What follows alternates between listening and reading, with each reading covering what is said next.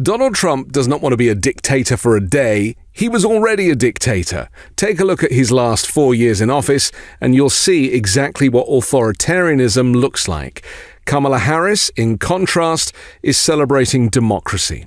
And often we don't combine these messages, we see them in their separate information silos. So what I thought I would do was take Kamala Harris's recent rally and Donald Trump's recent rally and combine them, so you get a sense of how different the mood is, the energy, but more importantly, the rhetoric. From Donald Trump, we hear hatred, negativity, talking down on the country, referring to immigrants as rapists and as drug dealers, which is entirely untrue, and Kamala Harris's message of integration, positivity, and joy.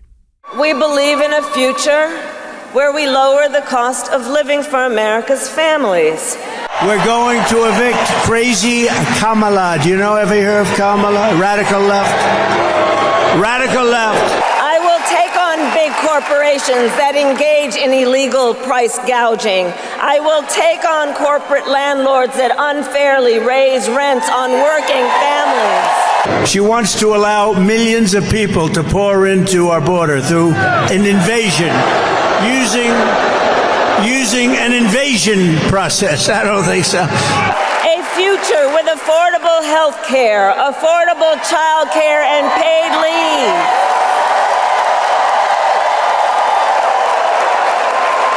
A future where we build a broad-based economy where every American has an opportunity to own a home, to start a business, to build wealth. Preventing World War III, especially for all these young people, these young, beautiful people. We don't want to get them into World War III. And stopping a 1929-style depression, because that's what's going to happen. I will take on Big Pharma and cap the cost of prescription drugs for all Americans. And all of this is to say, unlike Donald Trump, I will always put the middle class and working families first. And they're easy questions, because the press, look at them back there, look at all of them, a lot of press. They're rigged. They're rigged. They're fake news. So look, America has tried so many of those failed policies before, and like we all know, we're not going back.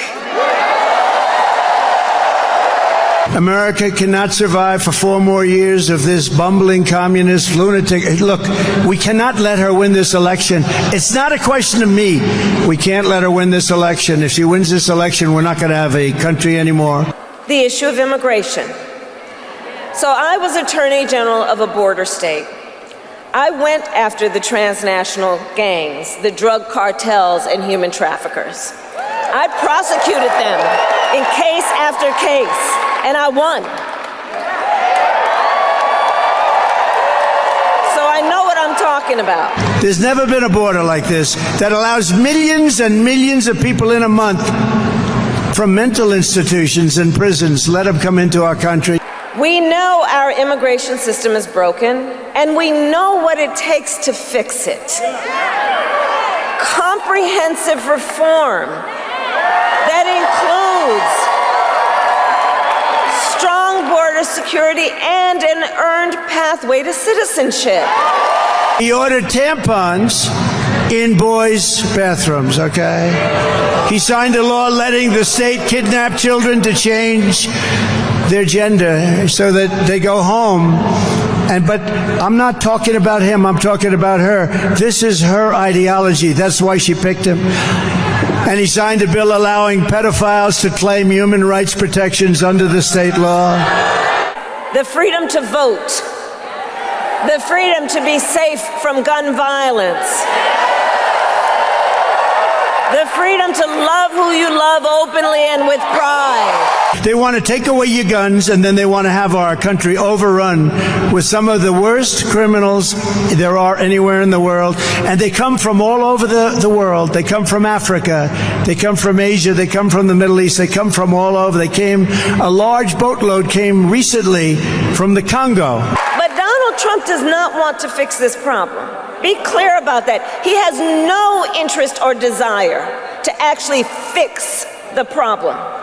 He talks a big game about border security, but he does not walk the walk. Earlier this year, we had a chance to pass the toughest bipartisan border security bill in decades. But Donald Trump tanked the deal because he thought by doing that it would help him win an election. But when I am president, I will sign the bill.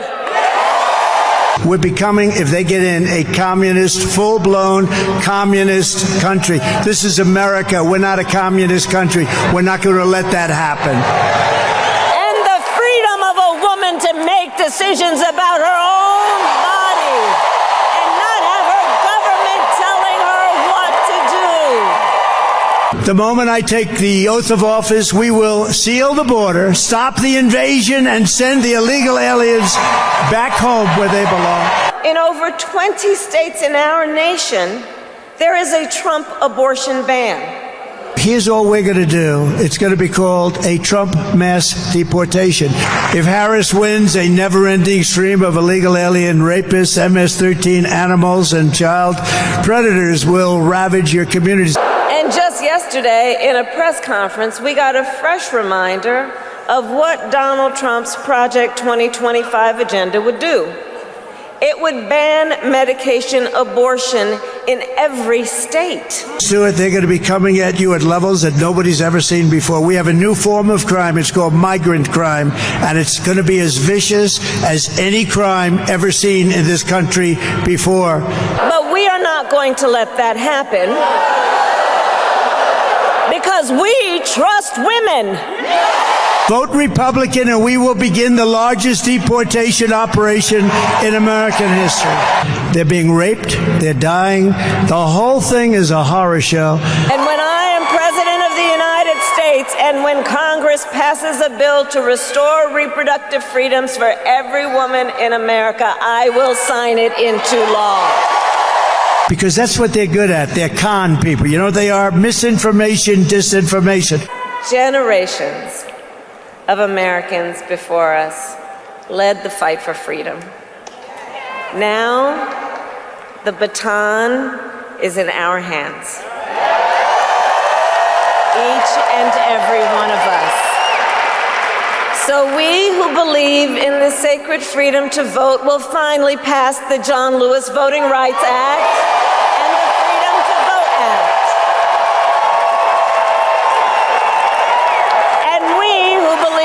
Freedom to live safe from gun violence will finally pass an assault weapons ban, universal background checks, and red flag laws. We will stop the Biden-Harris war on American energy, and we will drill, baby, drill.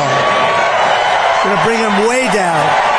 The United States Supreme Court basically just told the former president, who has been convicted of fraud, that going forward, he will be effectively immune no matter what he does in the White House. But think about what that means. Think about what that means in this election. Think about what that means. He's been effectively told he will be immune if he's back in the White House. Think about what that means when you remember Donald Trump has openly vowed, if reelected, he will be a dictator on day one. That he will weaponize the Department of Justice against his political enemies. Remember that he even called for the, quote, termination of the Constitution of the United States.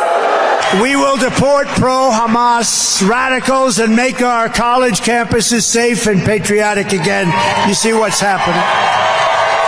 And before I even arrive at the Oval Office, I will have the horrible war between Russia and Ukraine settled. I will restore peace through strength. That's what I did. We had no wars. We love our country, and I do believe it is the highest form of patriotism to fight for the ideals of our country. That's how we preserve the promise of America. And after all, the promise of America is what makes it possible for Governor Walz and me to be on the same stage together. On day one, I will sign a new executive order to cut federal funding for any school pushing critical race theory, transgender insanity, and other inappropriate racial, sexual, or political content onto the lives of our children. We're not going to do it. We together, all of us, we're running this campaign on behalf of all Americans, from red states to blue states, from the heartland to the coast, and when we are elected, we will govern on behalf of all Americans. All Americans. I will not give one penny to any school that has a vaccine mandate or a mask mandate. Do we want to live in a country of chaos, fear, and hate? Or a country of freedom, compassion, and rule of law? I will fully uphold the Second Amendment. We will protect innocent life, and we will restore free speech in our country, and I will secure our elections.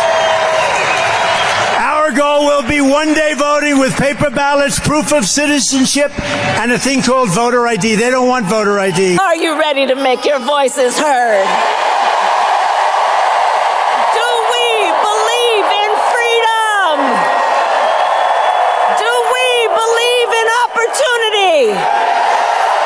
Do we believe in the promise of America? And are we ready to fight for it?